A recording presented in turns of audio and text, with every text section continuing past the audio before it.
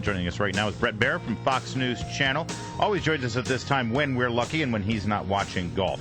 Hey, Brett, how are you? Good morning. Or soccer, I imagine. Yeah. Gosh, my kids are so into that soccer. They are.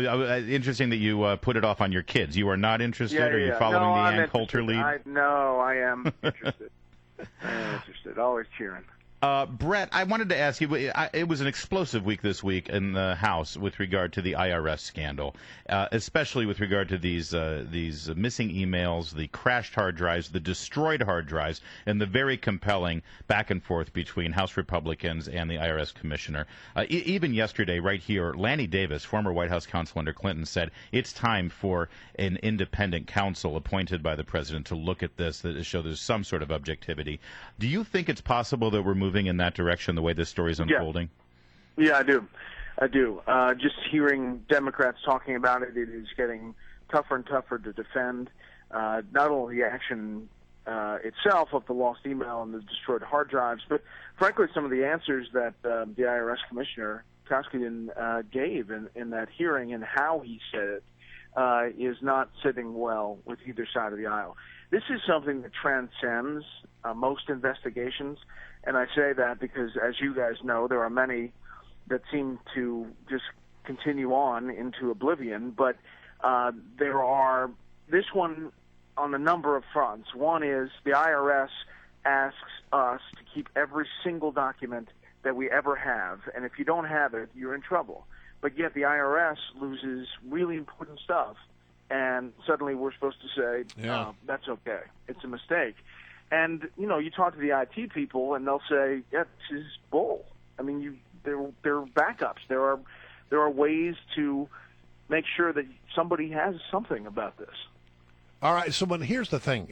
We hear the president say not a smidgen of corruption, and then yet the IRS settles a lawsuit in which they admit that they acted improperly, so something was going on there. But most importantly, the American people, when they look at this, I was very fascinated by the results of the Fox News poll on this matter that shows that Americans, by and large, think there's some there. Yeah. It's interesting to watch polls across the board, not just Fox. By the way, that Fox poll, everybody, critics of Fox say, oh, Fox polls, skewing one way or another. That poll is self-identified 40% Republican, 40% Democrat, and 18% independent. And so it just breaks down evenly. Yeah. Something like three-quarters of them said that they thought there was something to it?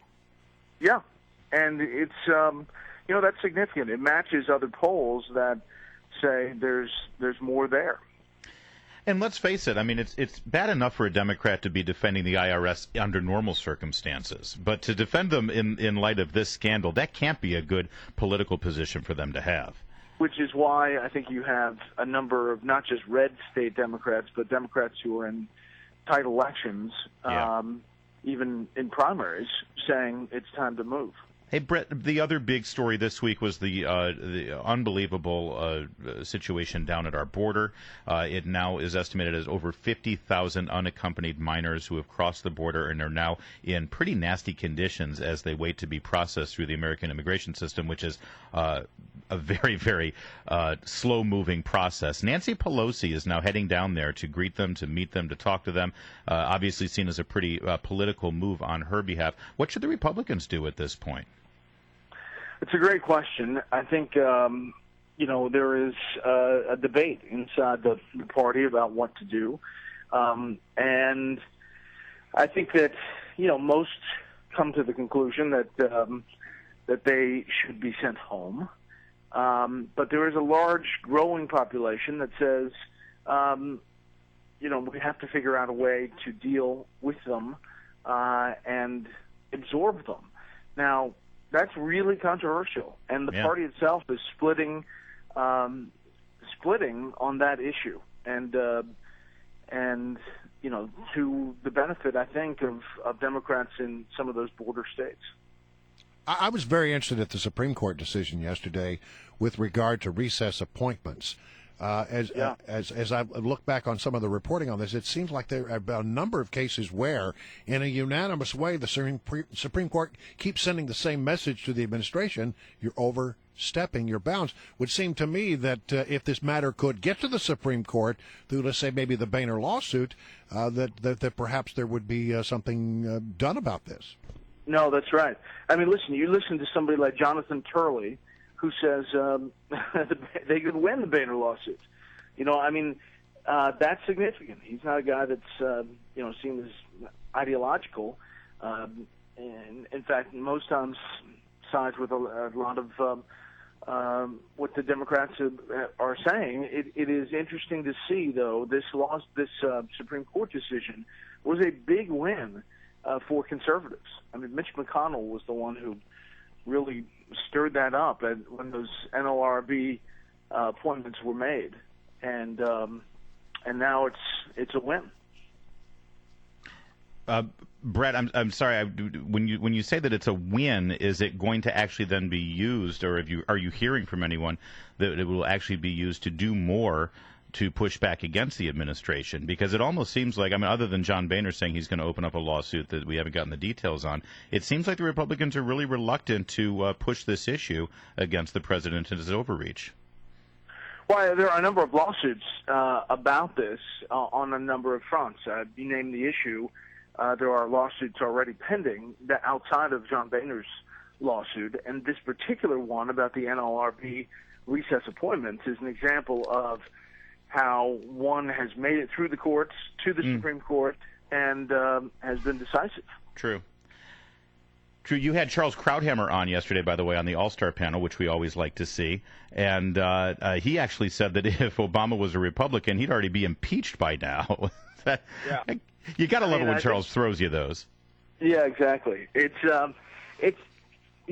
there are a number of people who think that this executive overreach is much different and bigger and significant than others, despite the numbers of executive orders that have been signed by Bill Clinton and George Bush, that this specific overreach on rewriting laws or changing the way we deal with issues is different. All right, so listen, let's talk about your favorite topic, which is, in addition to politics, is golf. Tiger Woods is making a comeback. He's out there, at Congressional. He's not playing great golf, but he says he's not hurting. What do you think about Tiger's return? Well, I think it's great for golf. I think it's anytime Tiger is playing in a tournament, it's one that people watch a little bit closer.